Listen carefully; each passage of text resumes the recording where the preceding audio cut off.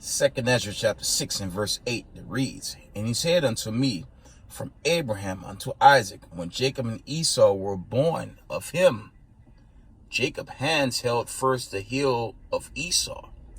Verse 9, "For Esau is the end of the world, and Jacob is the beginning of it that follow it." Call halal b'Hashem Mashiach Yahawashi, Ruha Ruka Kodash. Double honors to mighty men, the elders and the apostles and the community, waking up the lost sheep, the house of Israel in these last days. Peace and blessings to everyone doing this truth and humbleness and sincerity.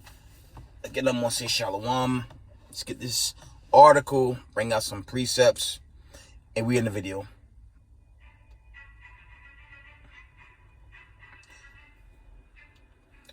International source, and it reads, North Korea warns of thermonuclear war. I'm going to read that from the top. North Korea warns of thermonuclear war.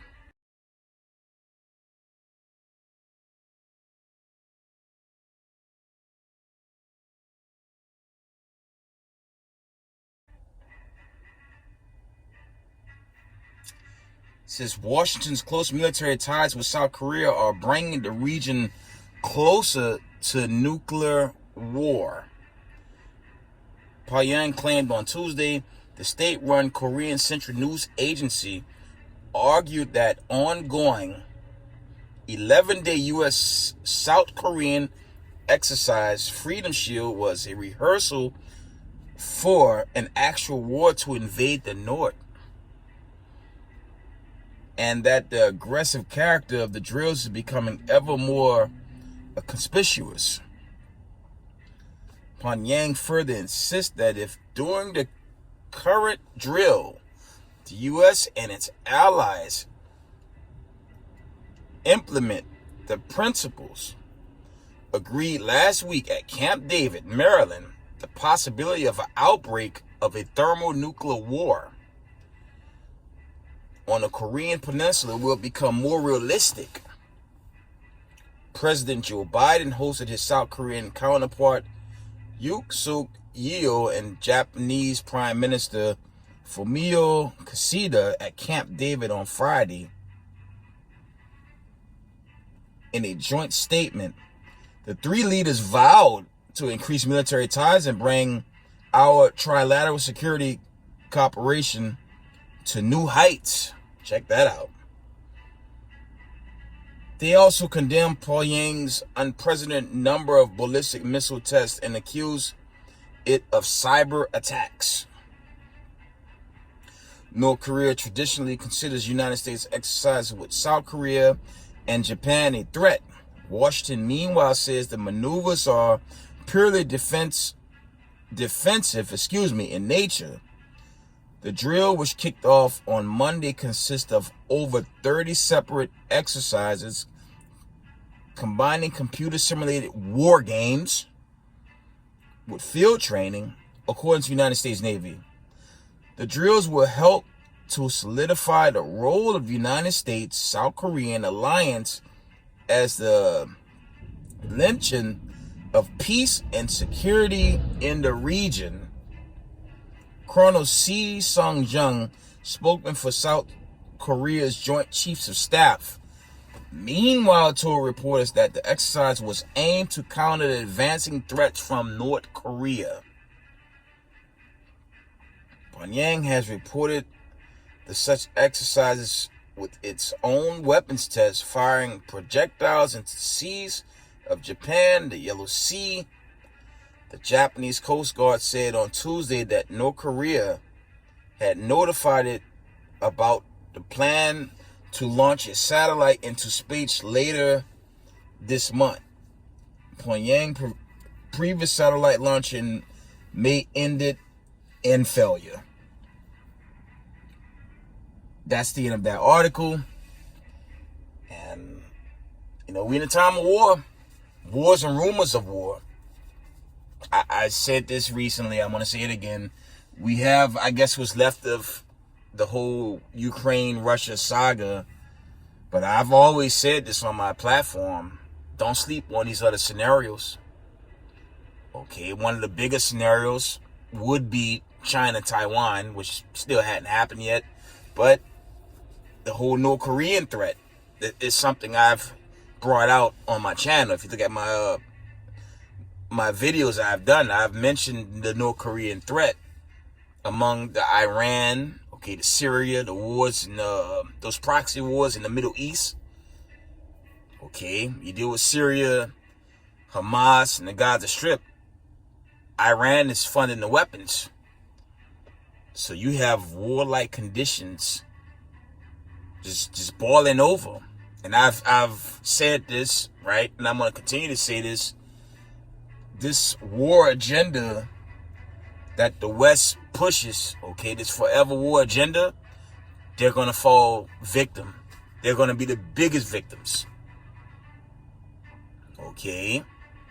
Because if North Korea was to invade South Korea, or if North Korea launched some type of attack, that could trigger World War III, contrary to popular belief. Okay? So we coming into some fierce times. I'm praying it's the time of the great deliverance, but this build up will go forward. Right? Let's get the classic in Matthews. Right? Why not? Let's get the old legend in Matthews, verse 24. And verse 6. And ye shall hear of wars and rumors of wars. See that ye be not troubled, for all these things must come to pass, but the end is not yet. Okay? For nation shall rise against nation, and kingdom against kingdom. And there shall be famines, and pestilence, and earthquakes in divers places. All these are the beginnings of sorrows. Okay? Now, we know historically, North Korea, they've been testing their weapons and causing panic in, the Japan area. They test these missiles and the people evacuating. Okay, it's been a lot of scare attacks with those missile tests with North Korea. But we don't know if something big is going to trigger, right? Because I believe Little Rocket, I forget the North Korean leader, okay, Kim Jong-un. I believe his sister's about to take the throne because he has some type of illness. Okay, at least that's a report that I heard got out there. And she won't be as hesitant to go to war with the West. And keep in mind, North Korea, they're allies with Russia and China. Okay, so you can't sleep on that condition because it could overload. I'm praying to the Most High I do, because y'all know y'all South Israel want to get the hell out of Babylon the Great. Okay, back home to Zion. Hope for remnant, hope for elect. Okay, because America's coming down on all fronts, especially with this post-BRICS summit. Okay, because that's underway, right? Let's read that again. Matthew 24 and verse 7. It says, for nation shall rise against nation, and kingdom against kingdom, and there shall be famine, and pestilence, and earthquakes in divers places. All these are the beginnings of sorrows. Okay, you had that aftermath in Los Angeles. They had like rain that created these muddy conditions. All types of judgments being made manifest. Okay, worldwide. And it's a warning sign that, not only the Heavenly Father is visiting this earth, but ultimately that great judgment's going to play out at some point. Okay. Let's go up to verse, let's see. Let's get the classic in the 37th verse. Matthew's 24 and verse, actually, I'm going to start at 34. Matthew's 24 and 34, it reads, "Verily I say unto you, this generation shall not pass till all these things be fulfilled." That's going into that buildup. That's why I would say that fluently. A buildup. It's going to be a buildup. Because once it's fulfilled, obviously, the judgment's going to play out. Okay? From the top, Matthew 24 and 34. "Verily I say unto you, this generation, shall not pass till all these things be fulfilled. Heaven and earth shall pass away, but my word shall not pass away." Okay, the Lord's words, okay, his prophecies, everything he set up, it's going to be made manifest.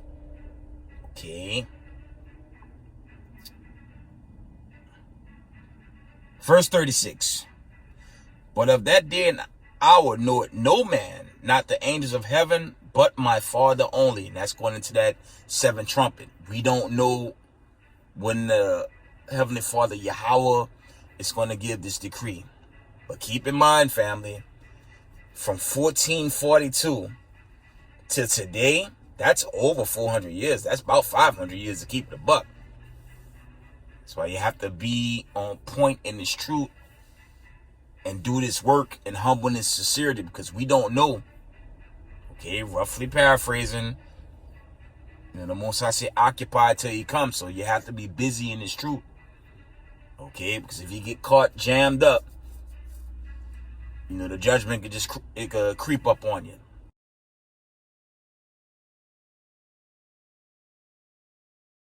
Okay, Slakia. Verse 38. "For as the days that were before the flood," Slakia, verse 37. Matthew 24 and 37. "But as the days of Noah were, so shall also the coming of the Son of Man be.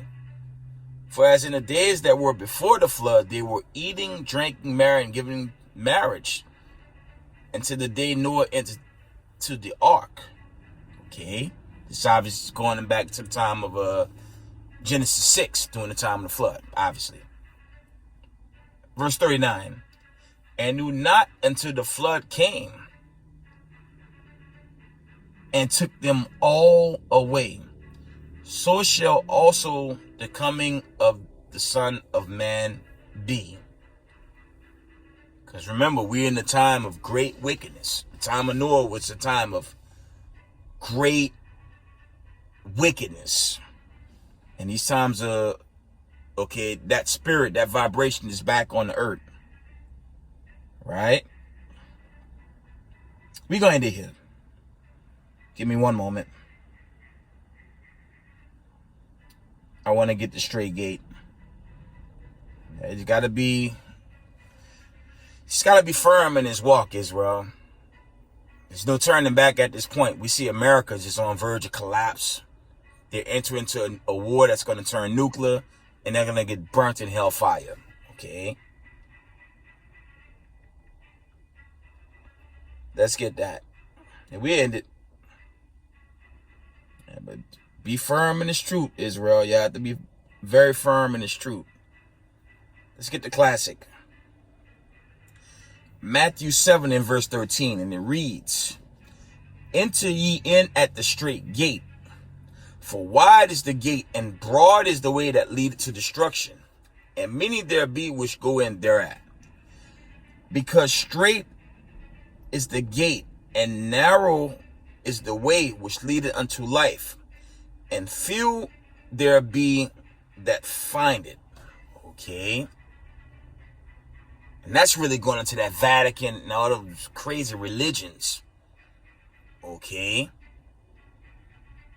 The only way to salvation, okay, going into Zion, is keeping these commandments. There's no other path. Okay? Matthew 7 and verse 15, and it reads, "Beware of false prophets which come to you in sheep's clothing, but inwardly they are ravening wolves, Slakia.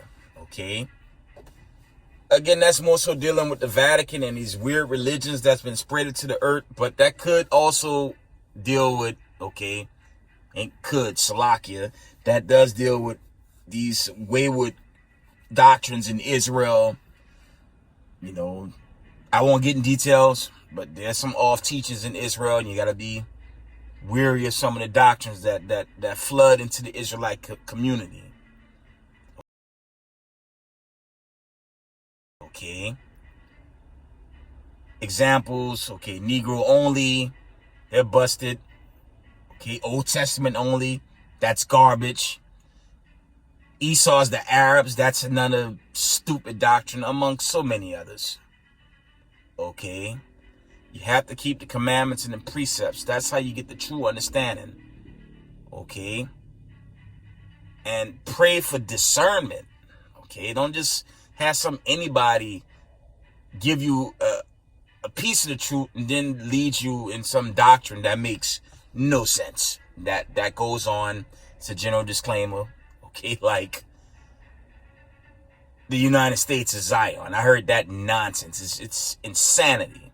But you got to be careful of these doctrines that's in the community. Okay, let me read that again. Matthew 7:15, it reads, "Beware of false prophets which come to you in sheep's clothing, but inwardly they are ravening wolves." Okay.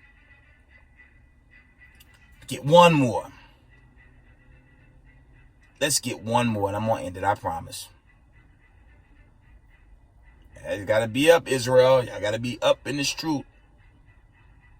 Got to be firm in this truth. Let's get the classic. I hadn't read this one in a long time. Proverbs 14 and verse... That's Proverbs 14 and 12. Check this out. We're going to do here. Proverbs 14 and 12 reads, "There's a way that seems right to a man, but its end is the way to death." That's why Israelites in this community, be careful of certain doctrines. That's why I grieve and I beg to my little audience of 300 to just read the Bible, learn the precepts, and just study thus said the Lord. Not a doctrine that's going to get you bodied in the end, right? From the top. Proverbs 14 and 12. "There's a way that seems right to a man, but its end is the way to death." And with that, I'm going to give all praise, honor, and glory to the Most High Power of Israel, Yahweh, B'Shem Mashiach Yahushai. Double honors to the mighty men and the elders and the apostles of the community, waking up the lost sheep of the house of Israel in these last days. Peace and blessings to everyone doing this truth in humbleness, sincerity. Israel, I love y'all. Shalom.